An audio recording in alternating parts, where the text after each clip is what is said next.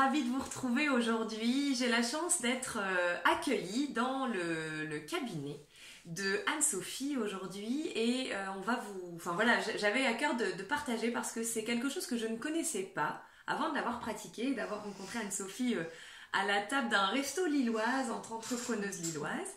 Et j'ai vraiment envie aujourd'hui que vous entendiez, parce que ça me paraît être une information assez géniale.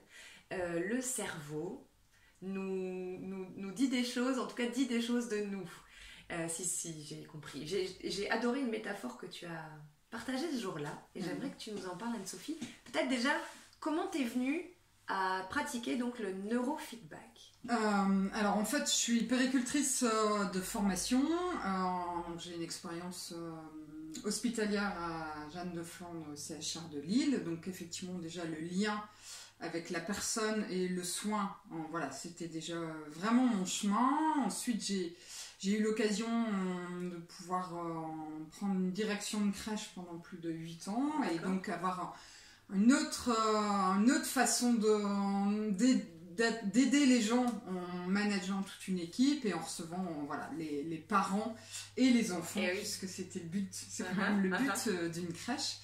Et voilà, et puis je sens que j'étais appelée à d'autres chemins où je faisais toutes les consultations paramédicales et toutes les visites de toutes les préinscriptions. Et là, effectivement, j'avais vraiment beaucoup de plaisir à le faire. Et on m'a parlé une fois du neurofeedback, 2 fois. Et là, j'ai pas réfléchi. C'était quoi? C'était un truc là derrière. Voilà. Et donc, on a eu de la chance de faire des travaux dans la maison. Et du coup, je me suis formée quasi 2 mois après. J'ai acheté le logiciel à la sortie de la formation.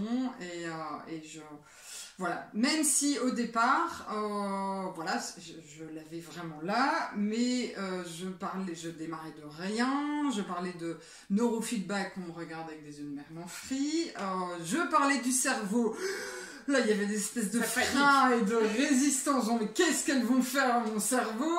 Et je crois que j'avais pas suffisamment les images à l'époque ou les témoignages que je pouvais apporter. Et que, du coup, voilà. Donc, ça a un petit peu déstabilisé mon mari qui se disait dans quoi elle s'embarque. Mais je l'avais tellement là que je savais qu'effectivement, je voyais déjà les effets sur mes enfants, sur une ambiance familiale qui était beaucoup plus apaisée. Et du coup, voilà. T'as été convaincue pour toi et t'as eu envie pour de moi, et voilà, de transmettre. C'est vrai que maintenant, j'ai un recul de 4 ans et que je sens que voilà, j'ai pu progressivement diminuer la direction de la crèche et à travailler à temps plein depuis septembre 2018. Donc, ça fait déjà c'est génial. 2 ans à temps plein. Ouais, c'est génial. Alors, on va être un peu concrète parce qu'évidemment, là, on parle neurofeedback. On a tout le monde devant la caméra qui fait neurofeedback. Ça a l'air compliqué, elle a l'air un peu scientifique. Emeline, qu'est-ce que tu nous fais? Enfin, voilà. Non, pas du tout. Et justement, je parlais tout à l'heure, une métaphore que tu as utilisée. Et est-ce que tu pourrais, enfin j'imagine que tu la connais bien avec la boule de bowling, c'est celle que j'avais. Ah oui, ou l'autoroute. J'en ai eu bien d'autres. Voilà, si t'en as une, est-ce que tu peux nous parler de notre cerveau en temps normal, enfin tu vois ce côté, à quoi il ressemble notre cerveau? Alors c'est vraiment notre cerveau, c'est vraiment la tour de contrôle de notre organisme, le chef d'orchestre de toutes nos facultés. Donc en fait cette méthode elle est vraiment née des années 90 où il y a eu des millions et des millions d'heures et ça n'est arrivé en France qu'en 2004. Donc voilà, on est en 2020, donc ça y est, la France se réveille et va faire confiance de plus en plus à toutes les capacités énormes du cerveau. Mais en fait, ce pauvre cerveau qui gère tout, il n'a jamais de feedback, de retour sur son travail. On veut avoir un retour de sa glycémie pour savoir si on est diabétique, on va faire les bilans sanguins qu'il faut. Si on est hypertendu, on va prendre les mesures de tension. Mais le cerveau, il n'a jamais de retour. C'est comme si on était en permanence, pour donner une image, d'être à Koh-Lanta et on se coiffait tous les matins sans miroir. Donc le neurofeedback permet vraiment au cerveau d'avoir un miroir. Donc c'est vraiment, ce que j'aime beaucoup dans cette méthode, c'est que c'est vraiment laisser mettre le cerveau, puisque c'est vraiment le meilleur expert pour répondre à toutes nos problématiques, mais s'il n'a pas de feedback, lui, il va toujours répondre aux problématiques de la même manière, organiser des espèces d'autoroutes de pilotage de connexion neuronale, et alors que la problématique, notre vie, elle évolue vraiment en permanence, et même très très vite à l'heure actuelle, et le cerveau, par sa neuroplasticité présente, il est capable de s'autoréguler vraiment tout le temps. Ça, on peut vraiment lui faire confiance. Donc, concrètement, comment ça se passe, une séance? Bah, moi, je vais parler de la séance, mais j'aimais bien. Ah.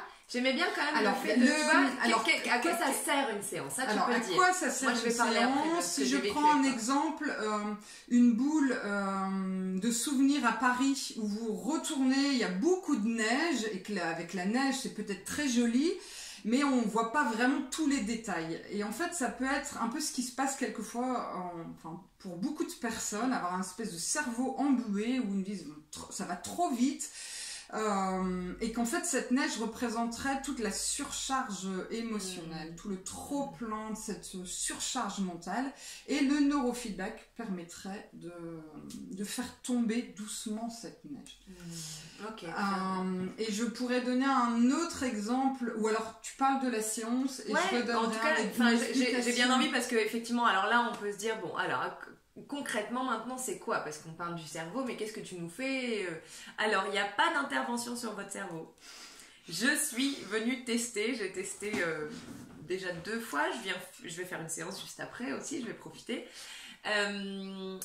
En fait c'est très très simple, c'est que moi j'ai été reçue ici, donc dans un fauteuil devant un écran type écran télé. Et en fait, Anne-Sophie m'a juste demandé de choisir si j'étais plutôt film ou musique. Et elle m'a simplement collé des petites électrodes. Je dis bien, c'est ça, des petites choses, je sais pas combien il y en a, mais enfin, c'est pas un gros casque, c'est pas non plus le casque de chez la coiffeuse. Donc voilà, il y a 5 petites électrodes. Éventuellement, si vous sortez de chez le coiffeur, vous avez un brushing, bon, il reste peut-être un petit peu de colle en sortant. Mais maintenant, vous enlevez. Voilà, mais non, mais je veux dire, oui, mais c'est important juste pour dire les choses vraiment, tu vois, on cache rien. Donc il y a éventuellement ça parce que tu mets un petit truc pour que ça tienne et qu'il y ait de la, voilà, que ce soit, j'allais dire, pour qu'il y ait le lien se fasse. Et donc, j'ai simplement regardé un film et j'ai écouté de la musique. J'ai fait les deux. Et c'est assez magique, effectivement. Après, donc j'ai pu voir sur l'écran un peu à quoi ressemblait mon autoroute, ou pas mon autoroute d'ailleurs. Et j'avais aimé en tout cas cette métaphore du fait que mon cerveau à ce moment-là, à certaines zones, pouvait ressembler plus à une autoroute en plein milieu des bouchons, bien aérée, avec finalement un peu dur de passer, hein, éventuellement si j'avais un vélo peut-être. Alors que ça pourrait aussi être une autoroute hyper fluide à 10h30 un matin dans une agglomération, mais voilà, où il n'y a personne. Donc ça m'avait beaucoup parlé en fait en termes d'informations qui circulent. Enfin, en tout cas c'est ce que moi j'en ai intégré, retenu, interprété, et évidemment ça dit pas tout. Je peux redonner un exemple où ça peut être entre un prof de danse de classique avec par exemple une personne qui apprend la danse classique. Et donc l'élève fait les premiers cours de danse, les premiers mouvements, les premières techniques, et tout d'un coup elle fait un faux mouvement où elle respecte pas le rythme, et la prof de danse ferait, et immédiatement en fait l'élève sait qu'effectivement elle sort de sa zone, et du coup hop, elle rectifierait. En fait, ça peut être vraiment, voilà, si on reprend l'exemple de l'autoroute, c'est vraiment une bande rugueuse. Voilà, dès qu'on touche la bande rugueuse, ça nous donne l'information. On a tout à fait le choix de rester et de faire un Lille-Paris sur la bande rugueuse, mais voilà, ça demanderait beaucoup d'énergie, ça ne serait pas toujours agréable, et ça demanderait beaucoup de carburant, ça tremble, et ça permet de se réaxer. Et que l'information de la bande rugueuse est la même, si simplement la personne est distraite et elle se désaxe, ou si c'est parce qu'il y a vraiment notion de danger, parce qu'elle est en train de s'endormir, ou si elle l'a fait volontairement parce qu'elle a son pneu avant droit qui est cassé. Et alors concrètement, ce que tu es en train d'expliquer, effectivement, j'avais repéré, c'est que quand donc c'est branché sur ton ordinateur en fait, hein, voilà, sur un écran, il y a le logiciel, totalement automatisé. Voilà. Et en fait, je percevais juste des moments où ça s'arrêtait. Ouais. C'est-à-dire que le son dans le film ou dans l'image dans le son, pardon, enfin, le son du film ou de la musique. Exactement. À un moment, juste se couper. Et c'est ce que tu viens de dire, c'est que ce moment où ça coupe, c'est ça qui donne l'information au cerveau et revient, t'es sur la bande rugueuse. Voilà, exactement. Compris, hein. C'est ça. Ah, et du coup, le cerveau, dès qu'il a l'information, lui, il s'auto-régule, il s'harmonise dans son fonctionnement. Et du coup, c'est ça, on a réalisé. On vient juste montrer les petits endroits où il y a des failles. Et ça, c'est par cette neuroplasticité où il est toujours capable de s'améliorer, de se rendre plus souple et de se réaxer en permanence. Okay. Et c'est là où c'est pour ça que c'est né dans les années 90, où on a vu qu'un cerveau qui n'était pas bien vascularisé, pas bien organisé cérébralement, intrinsèquement, avait des conséquences sur l'état psychique un peu mental. Donc le fait d'avoir un cerveau qui va être dynamique, qui va être bien, c'est un cerveau qui va aller chercher et saisir les opportunités, et donc du coup en les saisissant, c'est ça où la personne va avoir un sommeil d'une bien meilleure qualité, va avoir confiance en elle, va ressentir beaucoup moins de stress, beaucoup moins d'angoisse, moins de compulsion, d'addiction, va avoir beaucoup plus d'énergie, va avoir plus de fluidité intellectuelle, une plus grande clarté mentale, plus de concentration, plus de mémoire, va avoir une impression d'une meilleure structure, mais ça peut être ne plus se ronger les ongles, ne plus avoir mal au ventre, suivant les besoins vraiment de chacun. Okay. Si pour redonner un exemple pour les enfants, mais que j'utilise maintenant vraiment pour les adultes, c'est que notre cerveau, c'est une bulle dans laquelle il y a des millions de connexions, comme lorsqu'on apprend à faire du coloriage. Et du coup, quand on colorie la forme, on va déployer notre joie de vivre, notre plaisir, notre bonheur, notre sérénité, notre calme intérieur, notre paix intérieure. Et puis d'un coup, on va dépasser un petit peu. C'est ce qu'on appelle les turbulences de l'activité.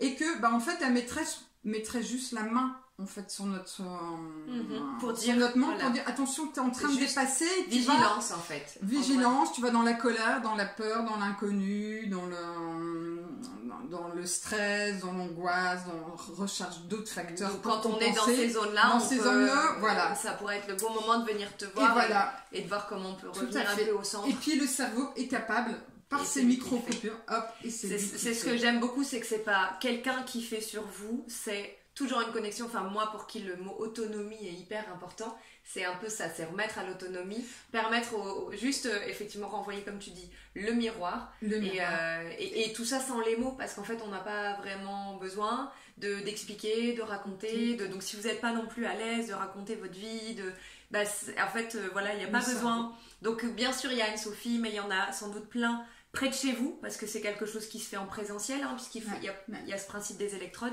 Donc évidemment, c'est aussi à titre informatif. On mettra peut-être un site général avec des gens sur qui l'ADNF, l'association le neurofeedback. Ça pourrait être intéressant aussi pour les gens. Voilà. Et Anne-Sophie est dans la région lilloise. Donc je vous mettrai tous les coordonnées et je vous invite vraiment à venir faire un tour, à venir tester en fait, si ça vous parle, si vous sentez qu'il y a quand même quelque chose qui vous rend curieux. Soyez comme moi, parce que je pense qu'il y a vraiment des choses à ouvrir. Et moi, j'ai senti que, à un moment, j'en ai fait 2 plutôt d'affilée. Là, ça fait longtemps que je suis pas venue. Mais en tout cas, je me sentais bien. Je sais pas l'impact direct. Enfin, c'est pas que je. Mais aujourd'hui, par exemple, plusieurs mois plus tard, j'ai pas fait 50 000 trucs, mais je sens énormément plus de clarté. Je le posais tout à l'heure, de centrage dans ma vie. J'ai vraiment remis la proportion entre le travail, la vie perso, etc. Donc une capacité quand même à voir plus clair, à mieux modeler mon emploi du temps à ma vie. Donc voilà, j'ai envie de dire, ça participe forcément. Alors c'est vraiment le cerveau, mais il n'y a vraiment aucun effet secondaire. Ça c'est vraiment, on laisse pour une fois, on met pas le cerveau dans des moules, dans des cases, on doit répondre d'une certaine manière et que ça soit moi qui vais décider des changements. Et c'est pas une histoire, enfin je me trompe pas quand je dis ça, c'est pas une histoire d'intelligence, de pas d'intelligence, d'avoir été bon à l'école ou pas bon à l'école en fait. On n'est vraiment pas dans... C'est pas ni un test, c'est pas... En fait, on s'en fout de ça. Enfin, quel que soit le cerveau que vous ayez, c'est juste un organe comme un autre. quelque part qui est très, comme tu dis, qui a une grande capacité d'auto-guérison, c'est moi qui mets ce mot-là, Ouais. voilà, mais et comment juste on lui permet d'être, de voir là où il peut peut-être Et justement, se donc réparer. on n'est pas sur une méthode thérapeutique. Voilà, si par exemple sur la maladie de Parkinson, sur la maladie d'Alzheimer, on peut aider le cerveau, voilà, ou d'autres pour que la personne se sente moins fatiguée et peut-être plus envie d'aller voilà, chez le kiné si la personne a Et puis besoin stimuler, ça stimuler, stimule. mais le cerveau va répondre. Et que c'est aussi une méthode où donc c'est pas une méthode thérapeutique, donc on n'a pas besoin de faire de diagnostic médical, pas besoin d'ordonnance, et on n'a pas aussi besoin, je veux dire, comme se coiffer, on n'a pas besoin de se dire il faut avoir un miroir pour faire un brushing. Si c'est juste pour se coiffer, on peut avoir besoin d'un miroir. Donc des gens qui disent bah moi je veux bien, j'ai peut-être pas forcément.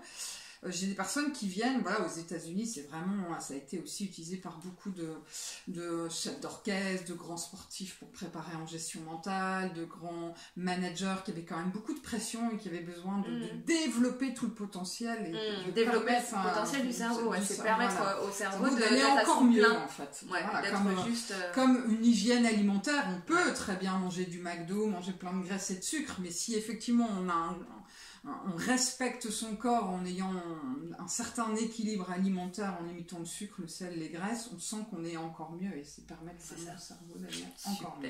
Waouh, bah écoutez, j'espère que là vous avez vraiment eu le plein d'informations aujourd'hui, j'en suis sûre. Merci Anne-Sophie beaucoup pour tout ça, c'est très clair, c'est... Enfin, voilà, j'aime beaucoup ta manière de nous expliquer tout ça parce que c'est pas, je pense, ce ne sont pas des choses simples à aborder et je pense qu'aujourd'hui on a mis des mots simples. J'aimerais d'ailleurs que vous commentiez ici si vous avez des questions, on se fera un plaisir de vous répondre et peut-être que dites-nous aussi ce que vous avez compris parce que c'est intéressant de voir quel message est passé. Voilà, je vous embrasse très fort, à très bientôt, excellente journée et à très bientôt pour les rencontres OSE.